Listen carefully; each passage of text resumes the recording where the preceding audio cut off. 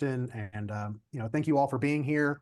If you've just joined, you may want to go ahead and drop in the chat, where your name and where you're from. It's just great to see people from all over the country and in some cases the world. We got Peg Eichhoff here from Indiana, Sarah from Central New York, Lisa from up in Rhode Island.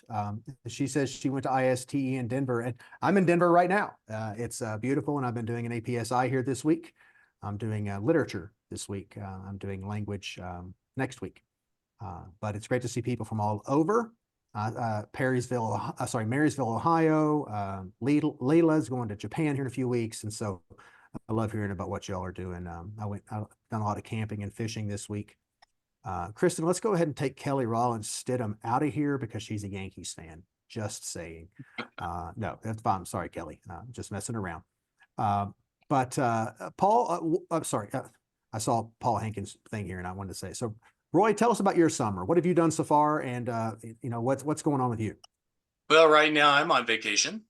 I'm from Big Bear Lake in California, and so I'm up here with my son and my daughter-in-law, my mother, who just turned 99 last week, and my sister. And so we've had a really great time. It's been a little bit warm, but that's okay. It's nothing like Texas warm. And so I'll take it. A lot of walking outside and just enjoying some time off. So that's been it so far. I've done a couple APSIs so far, did TCU and University of Georgia. And now I'm going to be doing another TCU later in the month. So yeah, it's been a busy summer, but this is a great time to be here. It's beautiful outside. Great. And you also did the reading. I did the reading. Yeah. And so, that's really where, why we're here.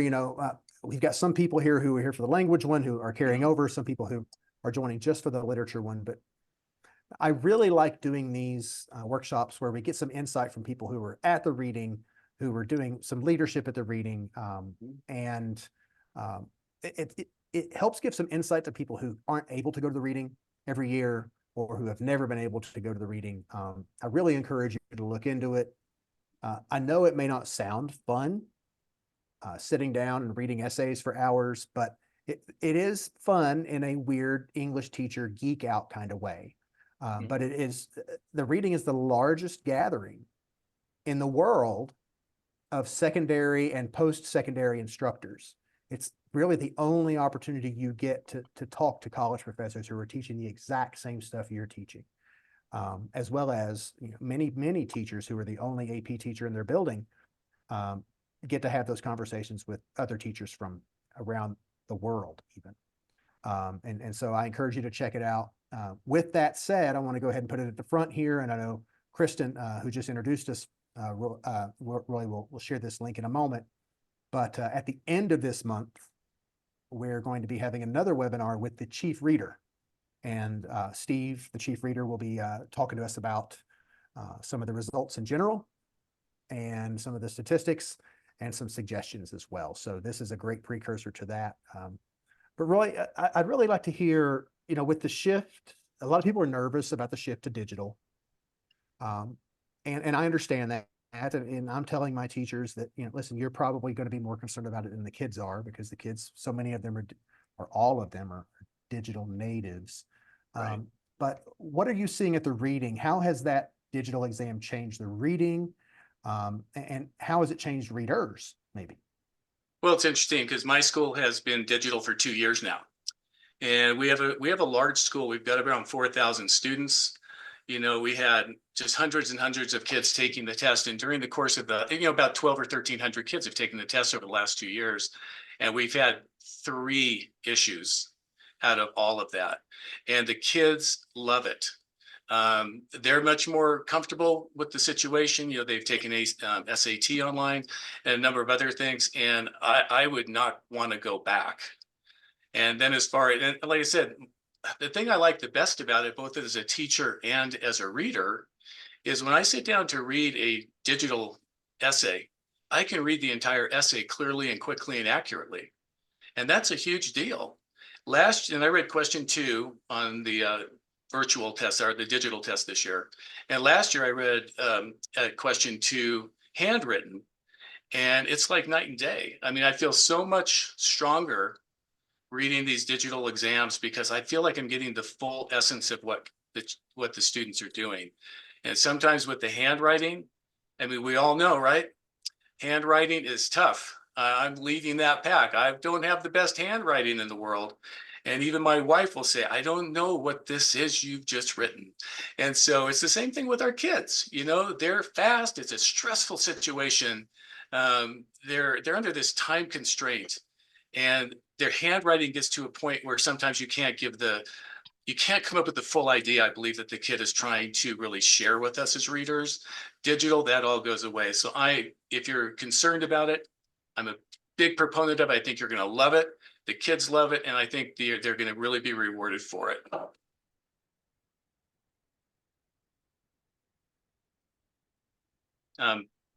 Can't hear you, Brandon. Sorry, thanks for Brandon, that. you're muted. Yep. I said some brilliant things while I was on mute, but I forgot Yes. it all now. So I do that all the time. yeah, I know. If you all have any questions or real concerns about that digital crossover, go ahead and let us know. You can drop some information in the chat or some concerns about it in the chat. But what I want people to know is, the rush, originally it had been planned for every AP exam to be digital by the end of this decade, 2029. The numbers were so strong for the digital exams last year. College Board said, no, we need to go digital sooner with the Englishes and some other courses. Like it's almost, if we don't do it, it's going to be almost unfair for the kids who are still doing the handwritten exam. And I know I like to teach, I was doing an APSI today, and we had books out and we were putting our fingers in the books and marking things in the books. If you've seen the SAT online, or if you've seen the videos that are widely available on YouTube, you can also get them on AP Central, on how the Blue Book app is going to work. Kids will still be able to annotate digitally. They'll still be able to make comments. They still get scratch paper, things like that. College Board is working on transitioning their AP Classroom to look like just like that. I know PerfectionLearning, we are working on our platform to try to make it look and work just like that, so that students have that consistent experience throughout that. So, and man, the handwriting is a beast, isn't it? I remember, Roy, you've probably been there, but I remember being at the reading and papers, books getting passed around saying, "Did anybody read this?" Yeah. What makes me feel bad about that too is that some of our best writers have some sloppier handwriting. I don't know why, but that just seems the way it is. And some of them have that little micro handwriting that it takes a magnifying glass to read. And what always bothered me was, were we giving these students full credit for what their work was? Because sometimes words just disappear and you can't figure out what that sentence is, but you reward them for everything that they do well, but you're not quite sure about some of the lines. And with the digital, it went away. So I would hate to go back. Yeah. And even, and I know we're here to talk about essays, but the multiple choice, y'all, like if you've not seen it, when it says in lines 22 through 23, lines 22 through 23 light up. Like we no longer have to tell the kid to go back and find it. Yep. And the time they're going to save. And I know it's just a second or two, but those things we know they add up. And so, you will be fine. You're going to struggle more with it in many cases than the kids are. So thank you, Roy, for addressing that. I know that that's something that people, it's kind of at the forefront of a lot of people's mind. Yeah. Right now. Don't be afraid of it. It's better. So, Roy, I'd really like to hear, and I think everyone else here too would, you're reading these essays, and I know, or I'm sure you do, I've not talked to you about this specifically, but I'm sure you do, you start recognizing patterns and saying, okay, this is something that I need to work on with my students next year. Or this is something that I need to talk to my APSI teachers about, because this is something I'm seeing that the students could be doing better. When I say that, what comes to mind for you? It's what comes to mind first is actually negotiating the exam under 2 hours to write these 3 essays. And that's the first thing I really work with my kids is to get them to understand that this isn't them writing their best work they've ever written in their life. They've got 40 minutes to read a complicated poem, prose passage, and then a Q3. And I want my kids to get in there and start writing and answering the question and in their own voices and coming up with their own ideas. And those are the essays that they're reading that rise to the top of the pile for me. Because the first year I ever read, this is just a quick aside, but I'm reading for Lang that first year I read. And somebody asked me when I came back from the reading what was the one thing you truly noticed? And what I noticed was the teacher behind the student, more than I necessarily saw the student. And so when a student came with his or her own voice, and you could just see that kid wrestling with that text they were working with, that was a synthesis essay in that case.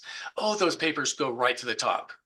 When you hear that student's voice, even when they're struggling, because sometimes you can see a student that starts off and jumps in because they only have 40 minutes, right? And they're writing, and all of a sudden, about halfway down, they connect with the idea. And the rest of the essay just flows and it's just brilliant.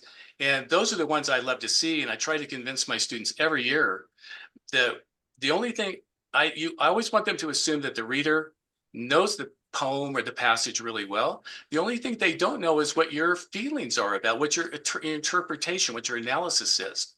And so that's what I just when as a reader, I'm a table leader as well, and I point these out to other people. Those are the ones that we just get so excited about. Instead of the ones that just summarize the poem, summarize the prose passage. And I feel for these students. I really, really do, because there's a lot of pressure and we're under that time constraint. We tend to want to show and display that we know the passage, but not really what I think about the passage. And so those are the things that was the same this year. I read Q2, the one with Kenneth and his painting, the mural. And, it was the kids did well.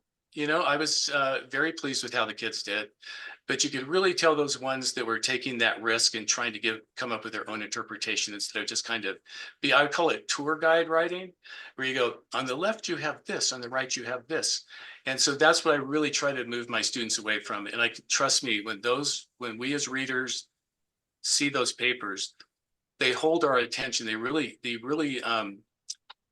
rise above the rest. So that's the biggest thing I notice every year is the difference between those ones that have that something to say and the ones that are summarizing. Yeah. Yeah. And, I love to kind of combine two things you said there, this idea that the kids write themselves into something brilliant. Right. And this idea of summary too. I see so many essays that start out as a summary. Like advice I sometimes give kids, like if nothing else, if you've got nowhere else to start, just start writing.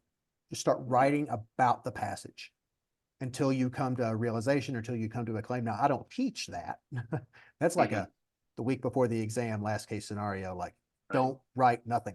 Like you have to put something on the paper. And I'll see that where it starts out as summary. And as readers, we have to be trained. Like, yeah, you're reading it and you realize it's summary, but you get to that second paragraph and boom, there's something. Yep. And then they pick it up and they're going like, oh, okay.